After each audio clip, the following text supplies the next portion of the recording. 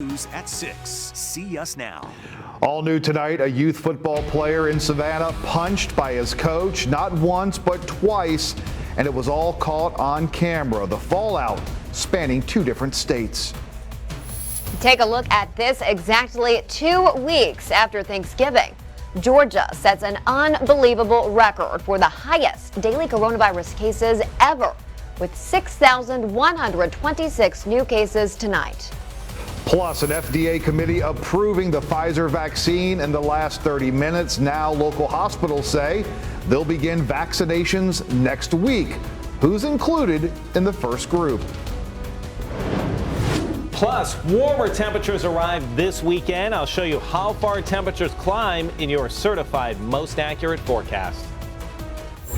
Good evening, and thanks for joining us at 6 o'clock. I'm Riley Miller. And I'm Frank Solkowski. New tonight, a Savannah youth football player attacked, and some of you may find this video difficult to watch. Deputies tell us a coach hit a kid during a game. The video now circulating online. WJCL's Danae Bucci is digging deeper into exactly what happened. Breaking right now, an FDA committee approved the Pfizer vaccine in the past half hour. But as we've been telling you, this is not the last step. The FDA must follow the panel's endorsement. Then it heads to the CDC, where a committee must also give the vaccine the green light. That's likely to happen over the weekend once the CDC approves it. Health officials say 20 million Americans could get vaccinated in the next several weeks.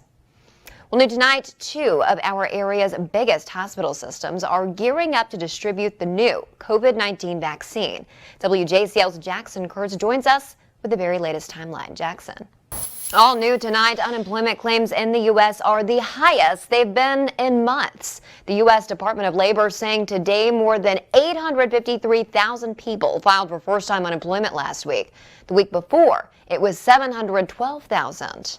Unfortunately, it's the same story in Georgia and South Carolina. In Georgia, more than 32,000 people filed for unemployment last week. That's nearly double what it was the week before. The unemployment numbers almost doubled in South Carolina as well. More than 5,100 people filed for unemployment last week. That's up more than 2,500 from the previous week.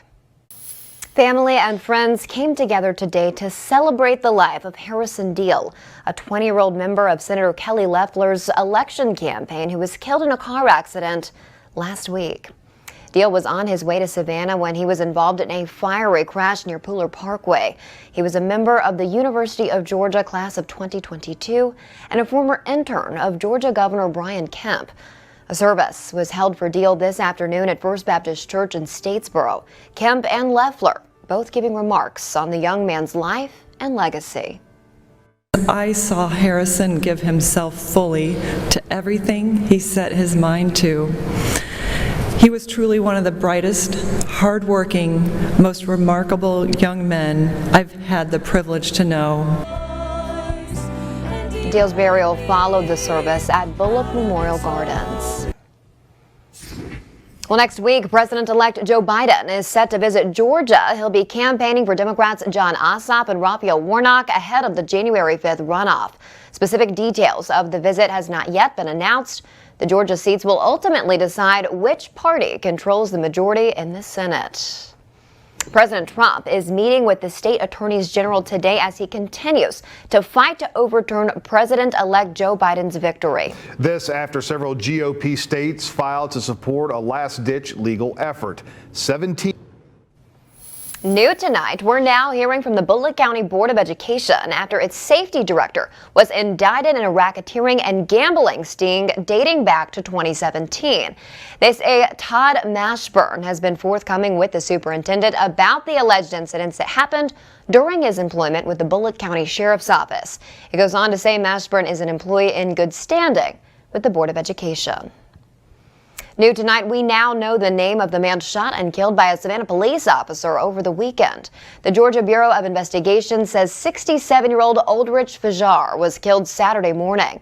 Investigators say officers responded to a homeless camp near Fulton Road around 8:30 when that man approached the officer with a knife and eventually charged police. Federal officials in Statesboro today announced a massive grant coming to the area. The U.S. Happening right now, folks are preparing to light a menorah at Ellis Square in downtown Savannah as Hanukkah is about to begin. We'll take you there live.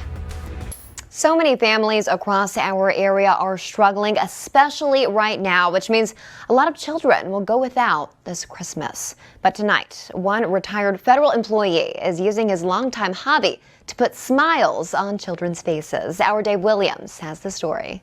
Love that story. Well, as part of our Drive for Good campaign, WJCL's Light the Way is underway tonight.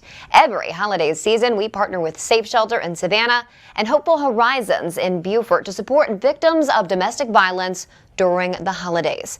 If you'd like to help, we have a full list of gift drop-off locations on our website, WJCL.com. We want to check in now with Chief Meteorologist Jeremy Nelson. And Jeremy, there's a reason to keep our eyes to the sky tonight. Yes, and you need to be looking at exactly the right time, so let's talk about this. All new tonight, the FDA committee approves the Pfizer vaccine. Now, local hospitals share how they're gearing up. And to that viral video of a youth football player right here in Savannah being punched by his coach. We'll bring you the latest on the fallout. Plus, we are tracking warmer temperatures for this weekend. I'll show you how far temperatures jump coming up. Good evening and thanks for joining us for WJCL 22 News at 7. I'm Riley Miller. We begin tonight with breaking news. Breaking right now, an FDA committee has recommended approval of the Pfizer vaccine, but as we've been telling you, this is not the last step. The FDA must follow the panel's endorsement. Then it heads to the CDC, where a committee must also give the vaccine the green light. Now that's likely to happen over the weekend. Once the CDC approves it, health officials say 20 million Americans could get vaccinated in the next several weeks. Well, new tonight, two of our area's biggest hospital systems are gearing up to distribute the new COVID-19 vaccine. WJCL's Jackson Kurtz joins us with the latest timeline. Jackson. People are on pins and needles today as the FDA considers its first emergency approval for a COVID-19 vaccine. If approved, the first batch of vaccines could go out in the coming days, but polls show only about half of Americans will even consider taking the vaccine.